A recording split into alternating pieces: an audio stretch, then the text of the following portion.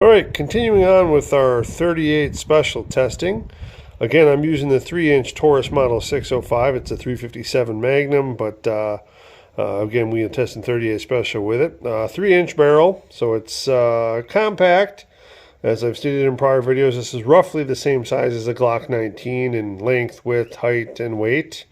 Again, 5-shot here versus Glock 19 and 9mm is a 15-round capacity, but this is a good example of a potential concealed carry for a 357 or 38 special. Again, testing today through my heavy clothing barrier of 1 layer of denim, 1 layer of fleece, and 2 layers of cotton t-shirt material.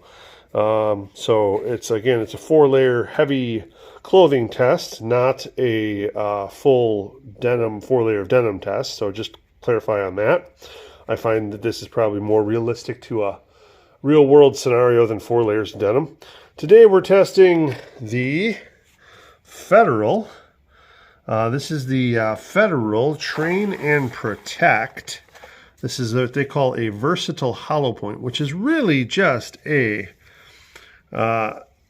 semi-wad cutter lead hollow point is basically what it is. We tested a similar 158 grain PPU round previously. You can go back and check that video.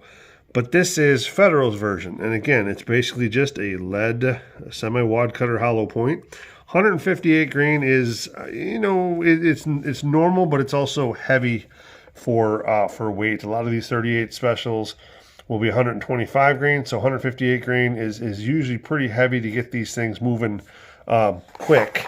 And this is also standard pressure, so bear that in mind that we are looking at standard pressure round here, not a plus P. So here's what the bullet looks like. There you go again, Federal 38 special. So we'll test it up and see how it does. Roughly 12 to 15 feet away. Here we go.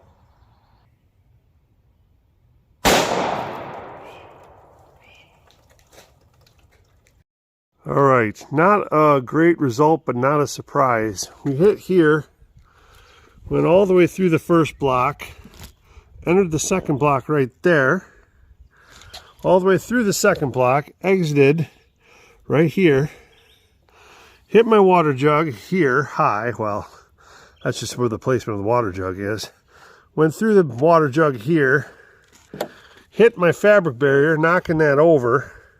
Wasn't a ton of energy left as it bounced off of that and landed right down here on the ground. As you can suspect, no expansion.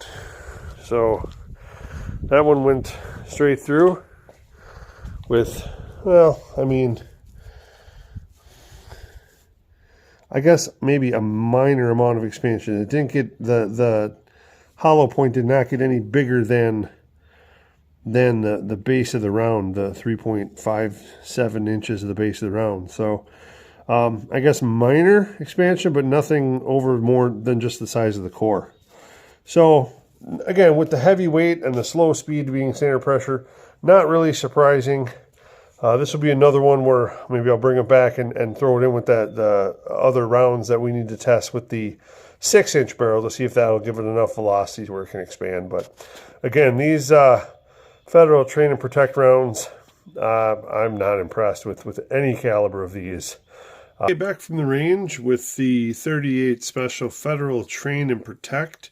This is 158 grain standard pressure semi-wad cutter hollow point. They call it a VHP, or a versatile hollow point is what they call it.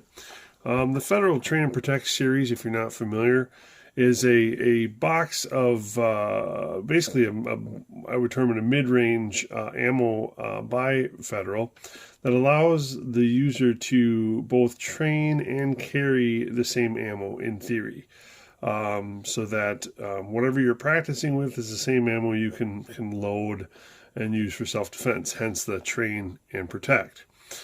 This is kind of a take on a prior product from Winchester, the Train and Defend, except Winchester had 2 different boxes, one with a big T on it for training and one with a D on it for defend. The theory there was that they would be loaded similarly so that they would feel the same, hit about the same, etc. Except the training ammunition was FMJs and a lot cheaper per round. And then the smaller defend boxes, usually 20-round boxes, were the hollow points that you'd use to carry with. So you could get the same feel and see where your rounds would hit using the training ammo, and then the defend would, in theory, perform the same, except with a defensive round. This is supposed to be a all-in-one, so less expensive than maybe your premium defensive rounds, but a little bit more expensive than your practice rounds. So kind of runs right there in between. As you saw at the range, again, this is heavy and slow out of a 3-inch barrel. Not much of a surprise. We did not have much expansion here. The hollow point did expand a little bit more than what we started with. If you can see that there in the video, it did get a little bit bigger, but not any bigger than the core. So I'm not even going to measure that, as obviously the core is what, 0.357 inches. But as far as penetration goes, also we had an issue there too. It completely over penetrated, went all the way through my roughly 19 inches of gel, and through the water jug behind that, at least a couple inches worth of water jug, and then bounced off my cloth backstop and landed on the ground. So way over penetrated as well. It probably did not lose any material. We'll weigh it here. Should be right there at 158 grains, which it is. Again, not really a surprise. Standard pressure, heavy, or at least on the heavier end for caliber, and through a 3-inch barrel, just not enough to get this round to expand. Very similar results to the previously tested PPU 158 grain semi-wide cutter hollow point. Just like that one, I will set this round aside to test through my 6-inch barrel, but through the 3-inch barrel, I'll call it an underperformer. There's a lot better 38 special options, particularly plus P rounds. There's not a ton of great short barrel standard pressure options, but in that case, I'd rather just have a wad cutter or an FMJ than even this round, because this round you're paying a premium price because it is a quote-unquote defensive round, or a hollow point. And if it's not going to perform like a hollow point, you shouldn't have to pay for that. So, again, disappointing, but not surprising. Stay tuned for the next video. We got a lot more coming.